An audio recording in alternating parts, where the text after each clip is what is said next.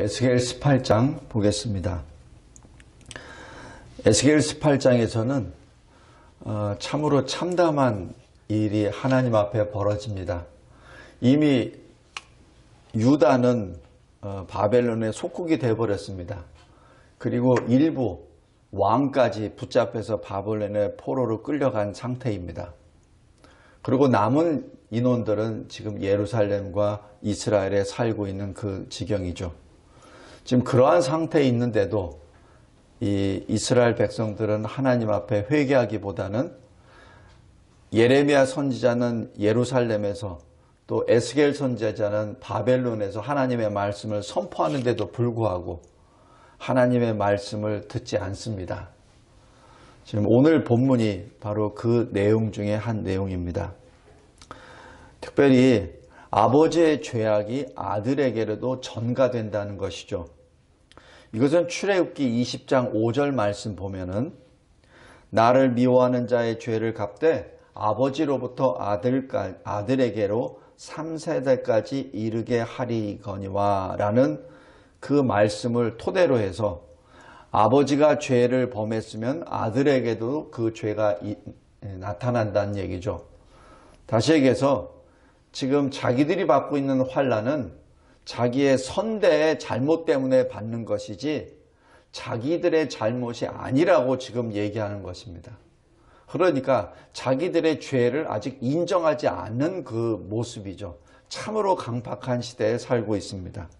이 모습은 가인의 모습을 보면은 대략 나옵니다. 가인이 자기 동생 아벨을 들로 불러내서 쳐 죽입니다.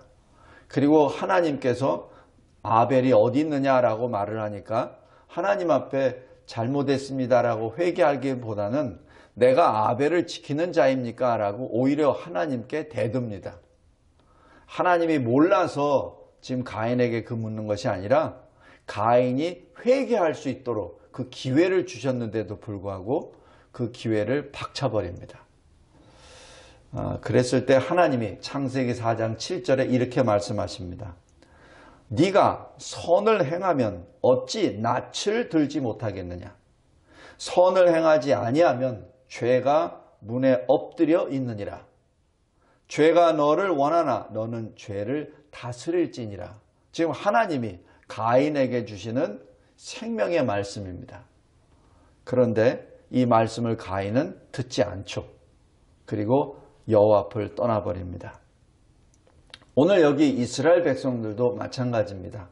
하나님 앞에 범죄해서 지금 포로로 끌려가고 지금 위협을 받고 있는 그 상황 하에서도 끝까지 자기들의 죄가 아니라고 주장하는 것이죠. 여기 출애굽기 20장 5절에 너희들이 죄를 범하면 너희들 아들에게까지 3사대로 간다는 얘기는 자손들이 아버지의 죄악의 길에서 떠나지 않고 회개하지 않은 경우에 하나님이 벌하시겠다는 그 말씀이지 그 아버지의 죄 때문에 3, 4대까지 죄에 대한 벌을 받겠다는 그 말씀이 아닙니다. 지금 그것이 오늘 이 에스겔 18장에 계속 나옵니다. 하나님의 말씀은 말씀으로 해석한다고 했죠. 바벨론 포로 시대에 유행했던 거짓말은 바로 이 12장 22절 말씀입니다. 예레미야 선지자와 에스겔 선지자와 그 많은 선지자들이 지금 바벨론에 의하여 예루살렘은 멸망할 것이다 라고 예언하신 그 말씀에 대하여 그 날이 더디고 모든 묵시가 하나님의 계시가 사라지리라 라고 엉뚱하게 말씀합니다. 하나님이 이미 계시를 주셨는데도 불구하고 그 계시를 인정하지 않는 태도이죠. 그리고 오늘 본문 2절에 아버지가 신 포도를 먹었으므로 그의 아들이 이가 시다라고 얘기하는 것이죠. 그 아들이 이가 신 이유는 아버지가 신 포도주를 먹었기 때문에 신 포도를. 그러니까 아버지 죄 때문에 아들이 지금 환난을 겪고 있다는 그런 해석입니다. 참으로 이 시대에도 마찬가지. 이 시대에 어떤 문제가 발생되면 전 정권이 뭐가 잘못해서 됐다라고 이렇게 해석을 해버립니다. 자꾸자꾸 남탓만 하게 되는 것이죠. 이게 전형적인 악인의 모습입니다. 그리고 여기 앞에 주 여호와께서 말씀하십니다.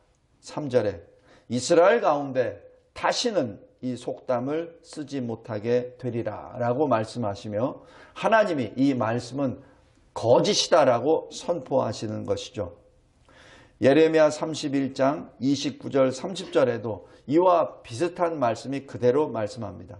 다시는 아버지가 신포도를 먹었으므로 아들들의 이가 시다하지 아니하겠고 신포도를 먹는 자마다 그의 이가 신 것 같이 누구나 자기의 죄악으로 말미암아 죽으리라 라고 구체적으로 아예 말씀합니다. 다시 얘기해서 예레미야 선지자는 예루살렘에서 이 말씀을 선포했고 에스겔 선지자는 지금 바벨론 땅에서 이 선포를 하신 것이죠. 여기 4절이 바로 그 핵심입니다. 모든 영혼이 다 내게 속한지라. 그래서 하나님과의 죄의 문제, 구원에 관한 문제는 하나님과의 1:1 문제란 얘기죠. 내 아버지가 어째서, 내 아들이 어째서 내 영이 구원을 받고 벌을 받고 한다는 것이 아니란 얘기입니다. 범죄하는 영혼은 4절에 죽으리라 라고 말씀합니다. 로마서 2장 9절에도 말씀합니다. 악을 행하는 각 사람의 영에는 환난과 곤고가 있으리니 라고 기록합니다. 다시 얘기해서 첫 번째, 모든 영혼은 하나님께 속한 것이므로 각자 자기의 죄에 대하여 각자 자기가 책임을 집니다. 두 번째, 5절에서 9절까지 의인은 하나님의 율례, 말씀을 진실하게 행하며 그로 인하여 반드시 삽니다. 하나님은 하나님의 뜻에 따라 만물을 지으셨습니다. 어떻게? 하나님을 섬기도록 지으셨습니다. 하늘은 하나님의 영광을 나타내라고 지으심을 받았고 이 땅에 있는 모든 피조물은 하나님의 영광을 나타내라고 지으심을 받았죠. 또 하나님의 사랑과 은혜 안에서 모든 피조물이 기쁨을 누립니다. 왜냐하면 하나님이 창조하시고 보시기에 좋았더라라는 그 말씀 자체가 기쁨이 됩니다. 여기 에스겔 6장 9절에서도 너희 중에서 살아남은 자가 사로잡혀 이방인들 중에 있어서 나를 기억하되 라고 기록합니다. 다시 얘기해서 이 바벨론의 공격에 의해서 살아남은 자 중에 포로로 끌려가 바벨론에 있는 자가 여호와를 기억하였습니다. 그런데 그들이 어떻게 됐죠? 그들이 음란한 마음을 버리지 않습니다. 계속해서 우상을 섬기고 하나님을 떠납니다. 하나님을 근심하게 한 것입니다. 그것을 스스로 한탄할 것이다. 스스로 한탄할 것이다. 바벨론을 끌려간 사람들이 바로 그 죄악을 깨닫고 한탄할 것이다 라고 6장 9절에 기록합니다. 신명기 4장 19절에 이렇게 말씀합니다. 하늘을 향하여 눈을 들어 해와 달과 별들, 하늘 위의 모든 천체, 곧 너희 하나님 여호와께서 천하 만민을 위하여 배정하신 것을 보고 미혹하여 그것에 경배하고 섬기지 말라 말씀합니다. 모든 피조물은 하나님께 경배하도록 하나님의 영광을 나타내도록 지음을 받았는데 지금 이스라엘 백성들이 그 1월 성신을 보고 하나님을 떠나 그것들에게 경배를 한다는 그 말씀, 그것을 하지 말라라고 지금 말씀을 주십니다.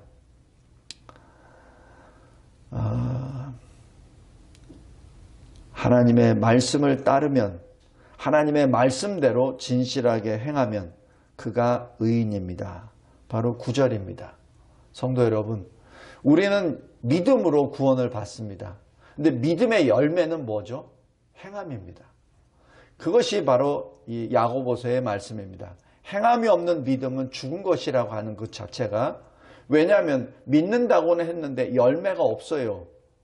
나무는 있는데 열매가 없습니다. 그것은 거짓이죠. 바로 그 말씀입니다. 구원은 믿음으로 받습니다. 그러나 그 열매는 열매로 알 수 있죠. 행함으로 알 수 있습니다. 그래서 마태복음 19장 17절에 네가 생명에 들어가려면 계명을 지키라 라고 예수님께서 말씀하십니다. 두 번째, 의인은 하나님의 말씀 율례를 진실하게 행하며 그로 인하여 반드시 삽니다. 세 번째, 10절에서 20절입니다. 로마서 2장 7절에서 8절 말씀입니다. 인내하고 선을 행하여 영광과 존귀와 썩지 아니함을 구하는 자에게는 영생이, 불의를 따르고 진리를 따르지 않는 자에게는 하나님의 진노와 분노가 임하리라 라는 그 말씀입니다. 다시 얘기해서 악인은 자기 죄 안에 죽는다는 말씀입니다. 비록 하나님을 믿는 신실한 경건한 아버지의 아들이라 하더라도 죄를 계속해서 짓는다면 그는 아버지의 슬픔이 되고 그 가족의 수치가 되고 그 시대의 저주가 됩니다. 분명 아버지가 훌륭하기 때문에, 아버지가 신실하기 때문에 아마 교육을 잘 시켰을 거예요. 그런데도 불구하고 의인의 아버지 가운데 악인의 아들이 있다는 사실이죠. 다시 얘기해서 구원은 은혜이지 사람이 만든 교육 시스템으로 된다는 것이 아님을 우리는 알 수 있습니다. 악인은 자기 죄 안에서 멸망합니다. 반면에 의인은 삽니다. 비록 악인의 아버지를 둔 아들이라 하더라도 그 아버지의 죄악됨으로부터 떠난다면, 죄악된 것으로 따라가지 아니하고 떠나 그의 죄악을 행하지 아니한다면 산다는 것이 15절에서 17절입니다. 예를 들어서 유다의 3대 왕이 기록됩니다. 열왕기하 16장부터 21장까지 아하스 왕, 히스기야 왕, 므낫세 왕이 등장합니다. 결론적으로 세 왕, 아하스 왕의 아들이 히스기야고 히스기야의 아들이 므낫세입니다. 히스기야만 빼고 두 왕은 악한 왕입니다. 자, 보십시오. 악한 왕 아하스는 어떻게 했습니까? 하나님을 의지하지 않습니다. 아람과 북이스라엘이 유다를 위협하니까 하나님께 엎드리는 것이 아니라 아수르의 손을 벌립니다. 그뿐만 아닙니다. 아수르가 섬기는 제단을 그대로 만들어 와서 예루살렘 성전 앞에 그 제단을 설치하고 기존에 있었던 그 제단을 뒤로 물리치고 지금 이 아하스 왕은 이 아수르 제단 모형을 만든 거기에 번제를 드립니다. 참으로 이 참남한 모습입니다. 하나님의 성전에서 우상을 섬기는 왕이 되어버린 것이죠. 그런데 그 아들 히스기야는 어떻습니까? 아버지 아하스 왕이 범한 모든 죄를 다 혁파합니다. 개혁을 단행합니다. 그래서 이 모든 우상을 다 깨뜨리고 그 당시 어느 왕도 지우지 못했었던 산당까지 다 제거해버립니다. 그래서 이 열왕기하에 이렇게 기록합니다. 히스기야와 같은 자가 없었다라고 기록합니다. 그 정도로 강력하게 종교개혁을 단행합니다. 그래서 이 아수르에 대해서 반 정책을 취하니까 아수르가 공격을 해옵니다. 그럴 때 히스기야가 하나님 앞에 엎드리죠. 그리고 당시 선지자 이사야 선지자에게 또 사람을 보내서 왕은 성전에서, 이사야 선지자는 자기가 거하는 곳에서 하나님 앞에 엎드려 기도합니다. 그 다음 날 그 아수르 예루살렘을 포위했던 아수르 병력 18만 5천 명이 다 송장으로 변했다라고 기록합니다. 그리고 산헤드립 그 왕은 자기에게로 귀국해서 두 아들에게 암살을 당합니다. 또 히스기야는 자기가 죽을 병을 걸렸을 때 다시 하나님께 엎드립니다. 이유는 지금 물려줄 왕이 없는 거예요. 그러니 난국에서 비록 하나님의 도우심으로 인하여 위기는 극복했으나 그러나 왕이 없으니까 그래서 다시 15년을 받습니다. 하나님께 기도해서 받습니다. 그래서 낳은 아들이 므낫세입니다. 그래서 히스기야가 죽고 난 다음 므낫세가 왕으로 됐을 때 므낫세의 나이가 12살입니다.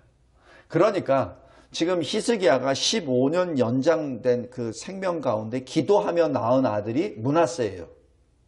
근데 므낫세가 왕이 돼서 무엇을 한 줄 아십니까?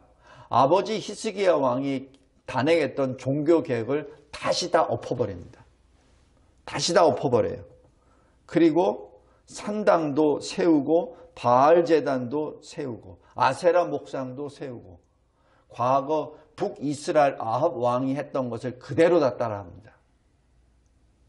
성도 여러분, 이것이 굉장히 무섭습니다. 히스기야 왕이 하나님께 기도하는 왕이에요. 그 기도하는 왕이 기도하며 지금 므낫세를 낳았습니다.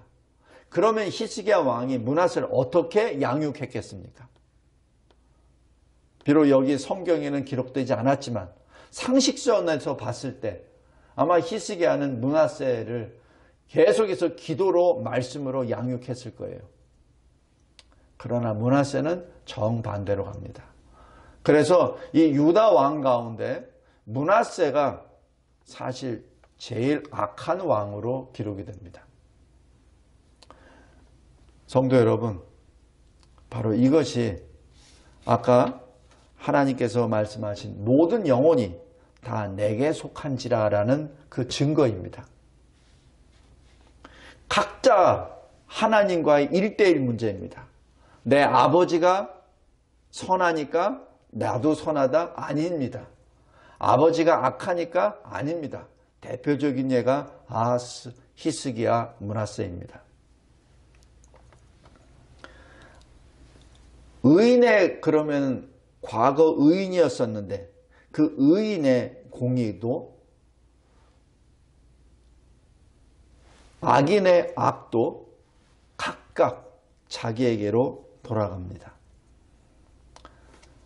세 번째 말씀입니다. 하나님 앞에 하나님의 영광, 존귀, 썩지 아니하는 것을 구하는 자는 영생으로, 그리고 불의를 좇는 자, 진리를 떠나는 자는 멸망으로 갑니다. 마지막 네 번째, 21절에서 29절까지 말씀입니다.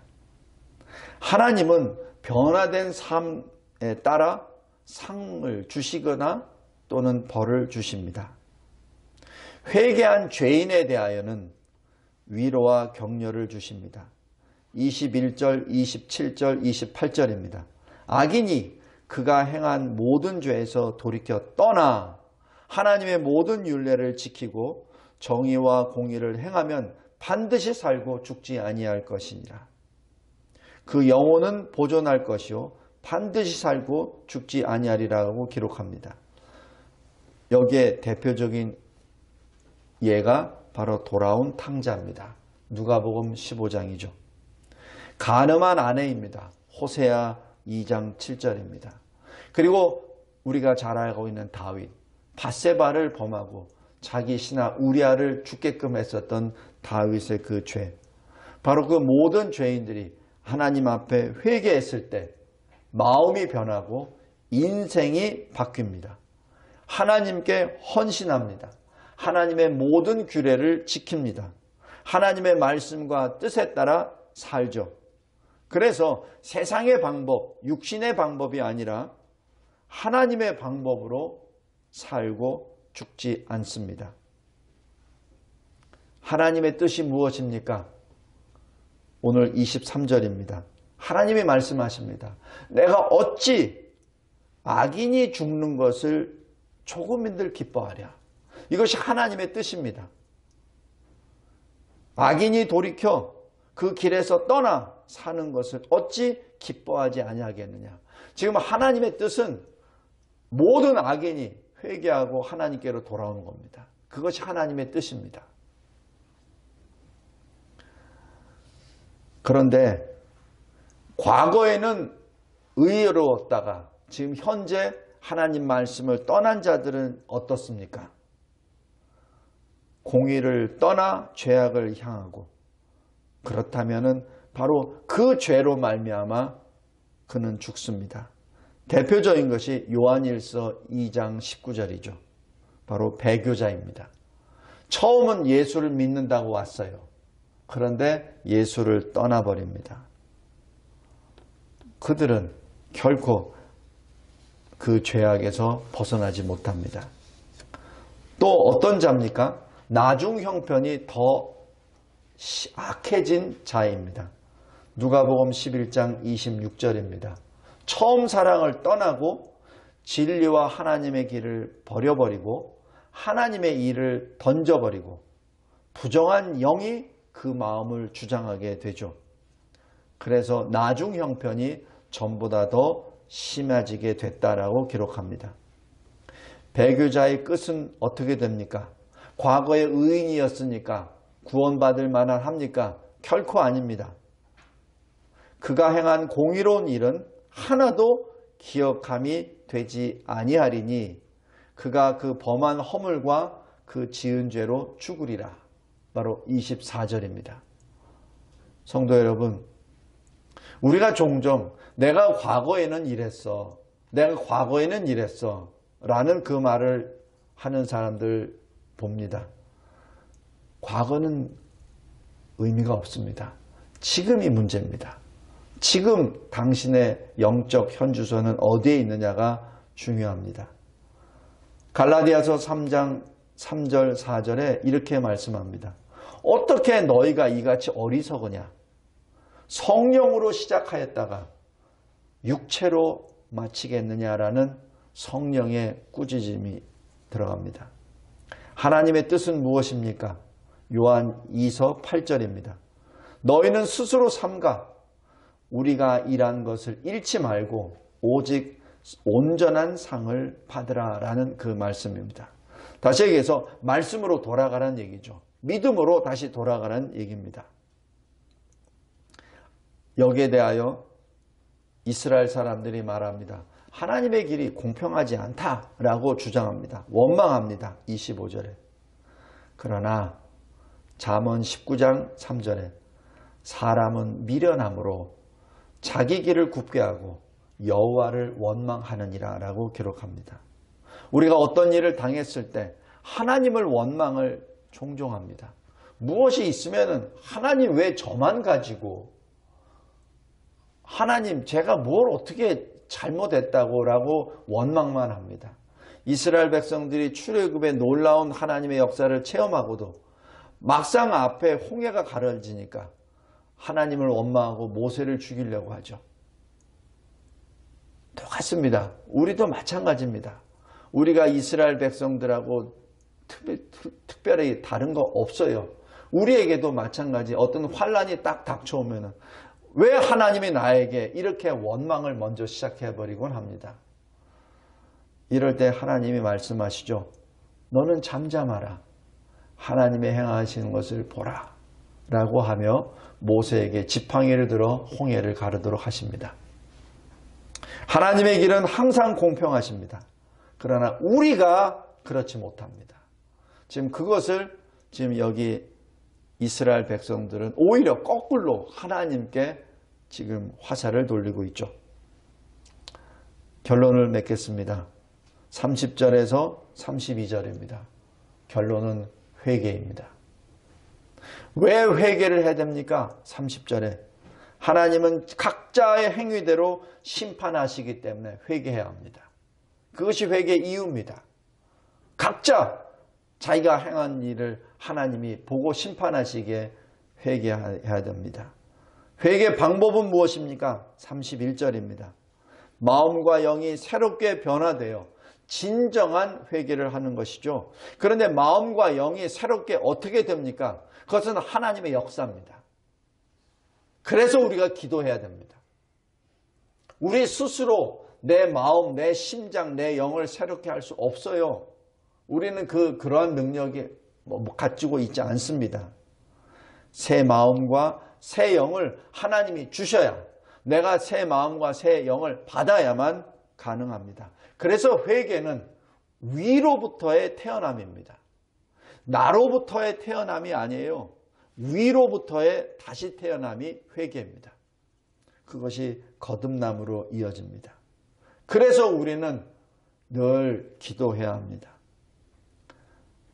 하나님의 뜻은 무엇입니까? 32절입니다. 죽을 자가 죽는 것도 내가 기뻐하지 아니한다. 스스로 돌이키고 살지니라 라고 말씀합니다. 다시 얘기해서 회개하고 영생을 받으라라는 얘기죠. 베드로후서 3장 9절에도 똑같은 말씀입니다. 오직 주께서는 너희를 대하여 오래 참으사 아무도 멸망하지 아니하고 다 회개하기에 이르기를 원하시느니라. 하나님은 다 회개하기를 원하십니다. 성도 여러분, 얼마나 오래 참으시죠? 제가 그래서 이 말씀을 가지고 묵상을 쭉 해봤습니다. 하나님이 나에게 대하여 얼마나 참으시죠? 내 전 인생을 참으십니다. 제가 그 사실을 깨닫고 굉장히 놀랐어요. 그렇지, 내 전 인생 동안 하나님은 참으시지. 만약에 하나님이 나에 대해서 참으시지 않는다면 나는 그 순간에도 어느 한 순간에 존재할 수 없습니다. 그죠? 얼마나 오래 참으시죠? 내 평생을 다. 얼마나 더 이 인류 앞에 하나님이 지금 그 참으심, 오래 인내하심을 지금 계속 지금 붙잡고 계시는 것이죠. 그래서 고린도후서 6장 2절에 이렇게 말씀합니다. 보라, 지금은 은혜 받을 만한 때요. 보라, 지금은 구원의 날이로다. 다른 날이 아닙니다. 지금이 바로 은혜 받을 때요, 구원을 받을 때입니다. 왜? 하나님이 지금 참고 계시고 그 은혜를 주실 때요, 구원을 받을 그 때를 지금 계속해서 지금 성령으로 지금 계속 부어주고 계세요. 그래서 우리가 아멘으로 화답하고 주께로 돌아가는 회개 역사가 일어났을 때 그것이 바로 구원의 날입니다. 성도 여러분, 하나님은 우리가 회개하고 구원받기를 원하시고 기다리십니다. 그래서 하나님은 은혜의 하나님이십니다. 지금 이스라엘 백성들이 지금 하나님 말씀을 가지고 자기 멋대로 해석하고 자기 마음대로 적용하려고 하는 그 자리에서도까지도 하나님은 끝까지 참으시고 그 이스라엘 백성들이 회개하기를 원하시며 에스겔 선지자를 통하여 회개하라 지금 말씀하십니다. 그들이 잘못된 신학 해석, 잘못된 적용 그 자체를 낱낱이 다 지적하시면서 애매모호하게 말씀하시는 것이 아니라 아주 구체적으로 말씀합니다. 어느 정도 구체적이냐고요? 여기 6절, 7절, 8절 보십시오. 우상 숭배하지 마라. 그건 10계명 2계명입니다. 그죠? 이웃 아내를 더럽히지 말라. 간음하지 말라라는 바로 이 7계명이죠. 그리고 도둑질하지 말라라는, 남 재산을 빼앗지 말라라는 그런 말씀이 8계명 계속 나옵니다. 구체적으로 나옵니다. 그리고 여기 11절부터 13절까지도 또 나옵니다. 또 15절부터 18절까지 또 나옵니다. 성도 여러분, 지금 하나님은 아주 구체적으로 말씀합니다. 그냥 두리뭉실하게 죄지지 말라라고 하는 것이 아니라 10계명을 설명해 주세요. 너희들이 범한 죄가 무엇인지를 아예 낱낱이 꼭꼭 집어서 다 설명해 주십니다. 이분이 우리 하나님이십니다. 이 악한 시대, 다시 한번 우리 자신의 삶을, 신앙을 돌이켜보고 하나님 앞에 정직하게, 솔직하게 나의 모든 죄를 내려놓고 무거운 짐을 다 내려놓고 하나님이 행하신 일을 우리 봅시다. 기도하겠습니다. 하나님 아버지, 감사하고 감사합니다. 하나님이 주신 이 말씀이 환난의 때 우리들에게는 위로요, 우리에게는 진리입니다. 하나님, 우리 각자가 하나님 앞에 서서 회개하고 하나님이 주시는 새 마음과 새 영으로 새롭게 되어 이 세상과 구별된 거룩한 산 제물이 되게 하옵소서. 하나님의 뜻을 이루어 나아가는 우리들의 인생이 되게 하옵소서. 이 혼돈과 흑암의 시대 말씀을 붙잡고 빛 되신 주님의 뜻을 증거하는 우리들의 인생이 되게 하옵소서. 예수 그리스도의 이름으로 기도드리옵나이다. 아멘.